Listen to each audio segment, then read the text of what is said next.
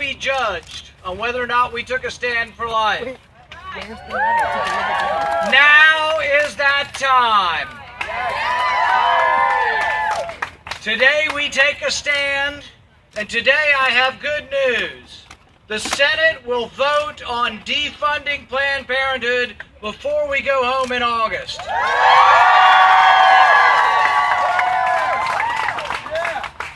I have 3 kids, and my fondest memories are looking at the ultrasound. We still have pictures of our kids before they were born, moving around, fighting, moving their arms. They were already playing sports, it seems. But we're so proud of seeing those pictures, so something special was coming. But we now find out that Planned Parenthood is using the ultrasound to manipulate the baby into a position to harvest the organs. This callous disregard expressed over wine and cheese should inflame and infuriate us all, and we should stop once and for all any penny of money going to Planned Parenthood.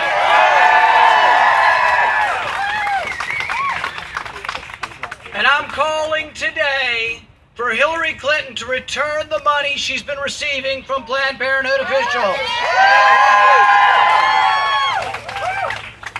The time is now to take a stand. I want to stand with you for life, and we all need to stand together to end this atrocity. Thank you.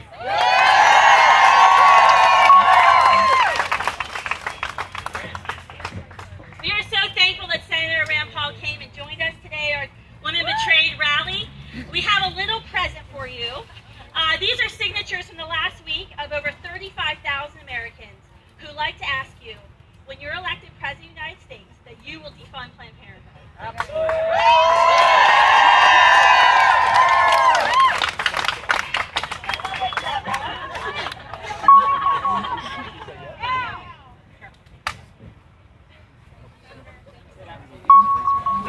I had a good plan for getting the paper up here, not a good plan for getting it.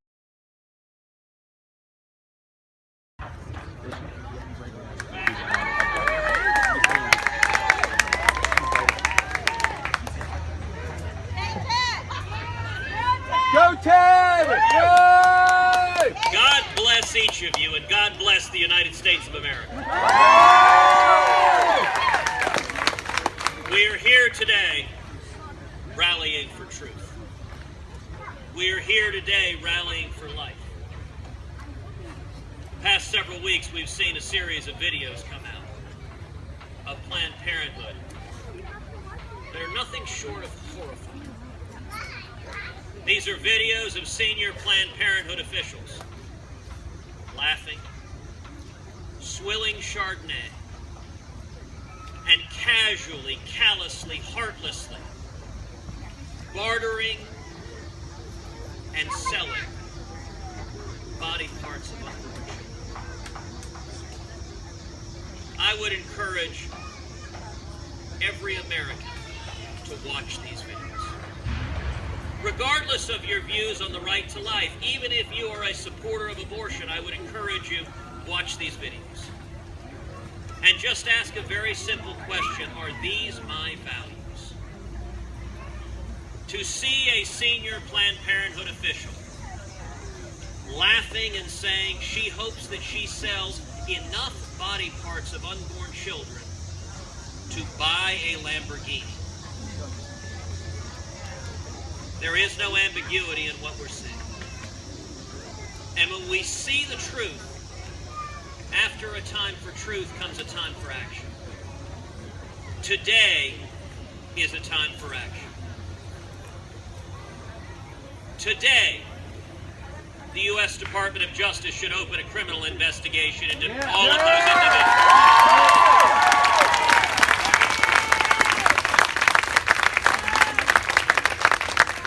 Today, the U.S. Department of Justice should open a criminal investigation into whether Planned Parenthood nationally is a criminal enterprise breaking the law.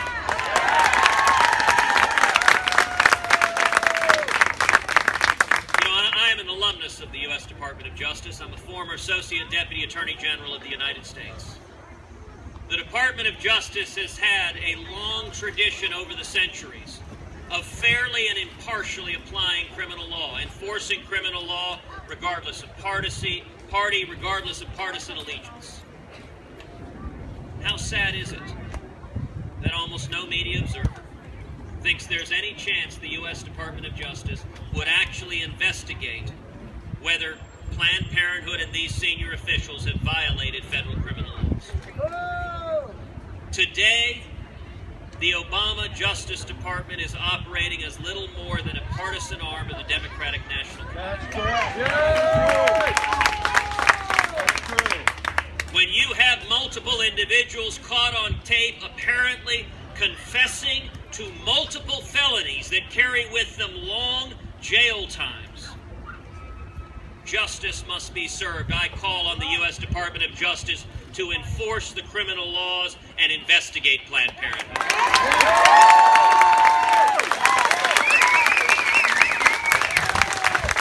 I call upon state and local law enforcement to investigate the local affiliates of Planned Parenthood in terms of whether they have violated the criminal law.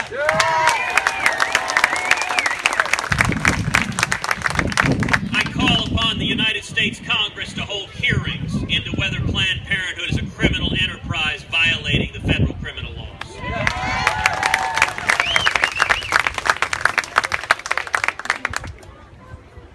I call upon our friends in the mainstream media to ask Hillary Clinton if she is pleased that she has so much passionate support from Planned Parenthood, an entity that appears to be a national criminal enterprise.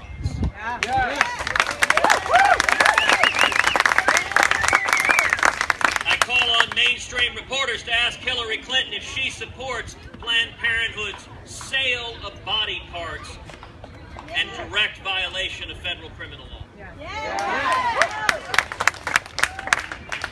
And I call upon the United States Congress right now, today, to stand up and lead and to defund Planned Parenthood.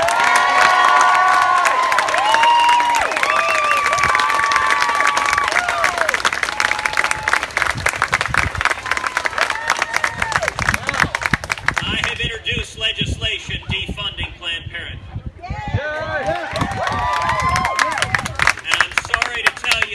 Weekend, congressional leadership blocked voting on defunding Planned Parenthood. When Republican and Democratic leadership stand together in unity, when we see the McConnell-Reed leadership team in the United States Senate, it is altogether unacceptable. Every member of the Senate and every member of the House should stand together and say, under no circumstances should federal taxpayer dollars, your money and my money, be sent today on an ongoing basis to an ongoing criminal enterprise like Planned Parenthood.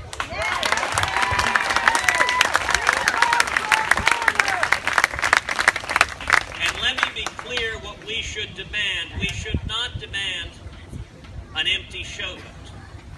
Which is one of the things leadership occasionally likes, to tee up a vote that is designed to fail, to then pat people on the head and say you should be happy you got a vote. Leadership knows how to fight when they're fighting for corporate wealth. Leadership knows how to fight when they're fighting for cronyism. Leadership knows how to fight when they're fighting for more spending and debt and power in Washington. How about we see a fraction of the fight for the principles and values of the American people?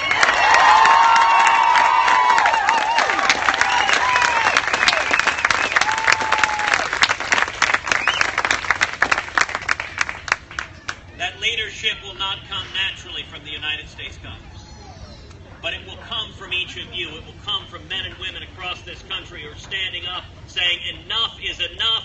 Let us stand for truth. Let us stand for life. Thank you, and God bless the United States.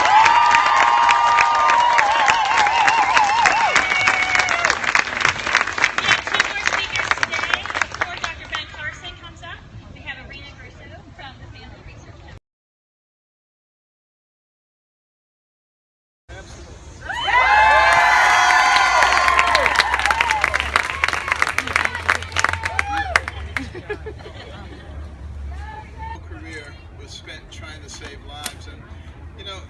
if you look at a 1-year-old baby and how developed they are already, they're already walking and saying words and doing sign language and doing all kinds of amazing things. And just when that baby is only 6 million, wow, that is a very sophisticated organ. And the fact of the matter is, it's much more sophisticated than these little creatures that the Environmental Protection Agency and others are trying to save. You know? Why don't they spend their time and effort trying to save human life? I spent so many nights in the operating room, all night long, working, toiling so hard to save one of those lives. And you know, one of the most wonderful aspects of life is when later on you can see that same little baby as a 25 or 30-year-old who has their own little baby, and yet there was somebody at some point saying it was just a clump of cells that didn't mean anything. Well, isn't it funny that these same people who say it's a meaningless clump of cells are trying to get livers and lungs and kidneys? Because how could you have such organs from a meaningless clump of cells? You know, they're obviously being pretty hypocritical in that. But here's the worst thing about all of that. I think that we have just gradually slid in terms of our morals to a point where we don't really care about the killing of human beings. That is the bad news. The good news is I think we are changing, and I think things like this are starting to change us a lot. There are actually more people in America now who identify themselves as pro-life than there are who are pro-death. And, you know, we are capable of changing. You know, there was a time in this country where there were people who thought it was okay to own other people. And they thought they could do anything they want with it because they belong to me. I can beat them, I can kill them, I can do whatever I want to do to them. And we fortunately, as a society, matured and began to actually think about what the words of our Declaration of Independence and what the words of our Constitution actually meant. Well, those words are meaningful today too, because they talk about life, liberty, and the pursuit of happiness. Well, guess what? There can be no liberty and pursuit of happiness if there is no life.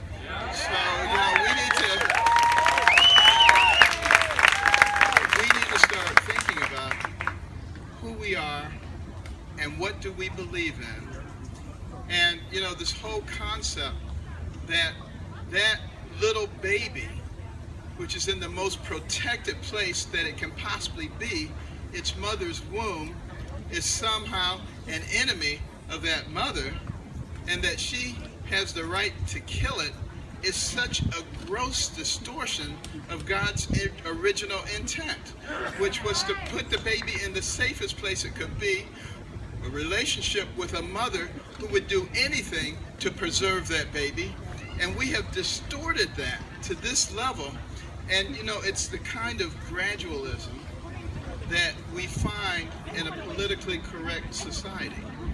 And that's why I reject outright political correctness. Throw it away. And instead, why don't we actually start using our brains? And when we use our brains, they will help us to do things. I remember I was approached by an obstetrician, and he had a woman who was pregnant and with twins, and the babies were too young to be delivered. Their lungs were not mature enough, but one of them had severe hydrocephalus, and the head was growing so rapidly it threatened to put the woman into premature labor, and both babies would be lost. And he says, I know you have a tendency to do daring things. Would you consider doing a shunt on that baby while it was still in the mother's womb? Well, you know, it's not so much that I do daring things, it's just that I do logical things. And I said, well, if we don't do anything, both babies are going to die. So in a circumstance like that, is it not worthwhile to try? so I got a hold of someone who'd been doing some experimental work on sheep, and I said, you know, Bob, what do you think that maybe we could figure out a way to do this in human beings very quickly? And we did, and you could see on the ultrasound screen the baby's head shrink as we put the shunt in, right in the mother's womb. And that little baby is now a young woman who is independent. And but here's what was interesting. When it came out, it was a big national news story, and there was a lot of criticism. People said it's unethical to do things like that. We're not ready to do intrauterine surgery yet. But when it became clear that not only the normal baby was okay, but the shunted baby was also okay, then all the critics said, well, I would have done that too. Well, we want to get to a point where they will think the way we do about human life, because there is nothing more precious than the life of a human being. And are we going to become a culture of life or a culture of death? Just think about the two different pathways and where they lead. And it is this callousness that has led to people having this hatred of anybody who disagrees with them, wanting to destroy them, wanting to destroy their life, wanting to destroy their career.